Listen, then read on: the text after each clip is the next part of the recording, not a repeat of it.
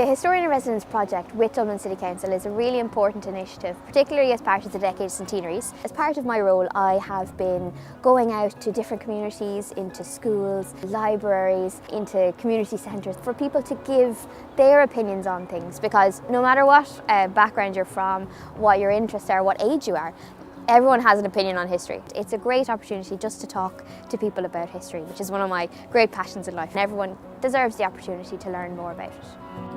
In the studio now I have Cormac and he's a historian in residence with the Dublin City Libraries North Central area. I've always loved history since I was a young child. It's always my favourite topic and always my favourite subject in school. I used to read loads of history books. I love talking about history on layperson's terms and trying to make it as understandable, accessible as possible. And this historian in residence job really helps me to go out to different communities and actually talk to people about history, whatever they want to hear about. I think it's a great opportunity to spread the gospel of history. The reason I became a historian comes from my parents. My father and mother, both Dubs, had a love of where they were from, instilled in their only child, me, a sense of place, a sense of where I belonged. I love local history. I love it around place names. I love it around items that might be hidden from view. Encourage people to look up, look around them, get to know their environment and get to know where they're from and where they're living.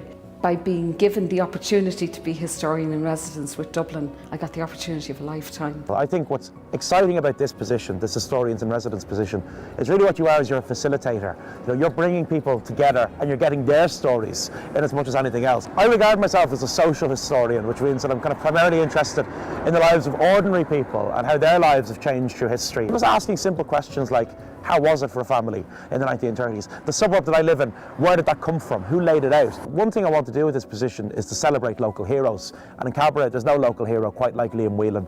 One of the iconic Busby babes. He lost his life in the Munich air disaster 60 years ago this year. I think it's important to mark the anniversaries of local heroes like that. One of the things that interested me is connecting individuals with great historical events. In the Women and the First World War exhibition that we're working on downstairs, we can track individual ex-servicemen and women, we can track individual nurses and show people who are coming into the exhibition, show the individuals that are the people behind the great stories in the First World War. The great thing about being a historian is when you uncover a hidden gem, a story that nobody has known before. If you tell individual stories and you talk about individual families, you humanise the story and get more people interested and draw the public into it more.